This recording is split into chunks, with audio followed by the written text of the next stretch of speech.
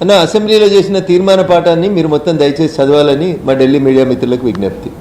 So అసెంబ్లీలో చేసిన తీర్మానంలో వాళ్ళు రాసింది కాళేశ్వరం ప్రాజెక్టు మొత్తం మీద విచారణ జరపమని రాయలేదు. వాళ్ళు రాసిందంతా కూడా మేడిగడ్డ, అన్నారం, సుందిల్లా బారేజీలలో వచ్చినటువంటి పగుళ్ళ మీద, అవినీతి మీద విచారణ జరపమని రాసింది.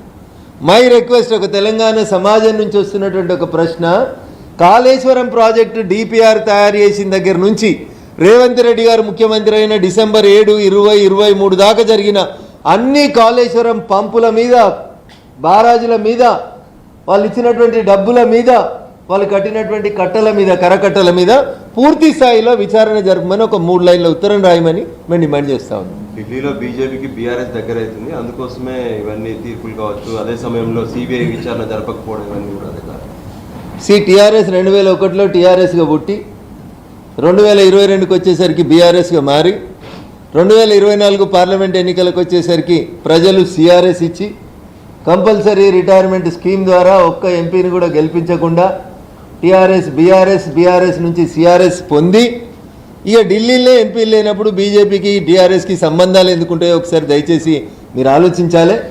నిన్న చంద్రశేఖరరావు గారు పెట్టినటువంటి జగిత్యాల యాత్రను వాళ్ళు జగిత్యాల జైత్ర యాత్ర అని ఒక పదం వాడిండ్రు.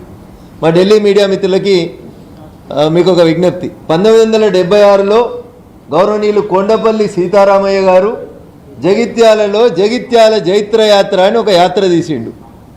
ఆ యాత్రలో పాల్గొన్న వాళ్ళంతా తర్వాత నక్సలైట్లుగా, ఆ తర్వాత మావోయిస్టులుగా, ఆ తర్వాత చంద్రశేఖరరావు గారి పార్టీ నుంచి ఒక ఆయన ఎమ్మెల్సీగా మారి ఇవాళ దేశ ముఖ చిత్రంలో జగిత్యాల జైత్ర యాత్రలో పుట్టిన పార్టీ ఇవాళ భారతదేశ యవనిక మీద కనబడకుండా పోయింది.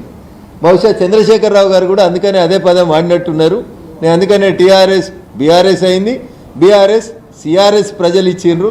ఇప్పుడు కొత్తగా వాళ్ళతోటి ఢిల్లీ లెవెల్లో పొత్తు పెట్టుకోవాలనేటువంటి ఆలోచన కానీ, వాళ్ళతో చర్చలు జరపాలనేటువంటి ఆలోచన కానీ ఢిల్లీలో ఉన్న బీజేపీ కానీ గల్లీలో ఉన్న బీజేపీ కానీ అవసరం లేదనేది నేను ఈ సందర్భంగా స్పష్టంగా చెప్పదలుచుకున్నాను. కాబట్టి కాంగ్రెస్ మిత్రులకు నేను ఇచ్చే సలహా, ఊకే బీజేపీ సిబిఐ ఎంక్వైరీ చేస్తలేదు, బీజేపీ బీఆర్ఎస్ ఒకటి, బీజేపీ బీఆర్ఎస్ పొత్తు పెట్టుకుంటాయంటున్నాయి, ఇట్లాంటి తప్పుడు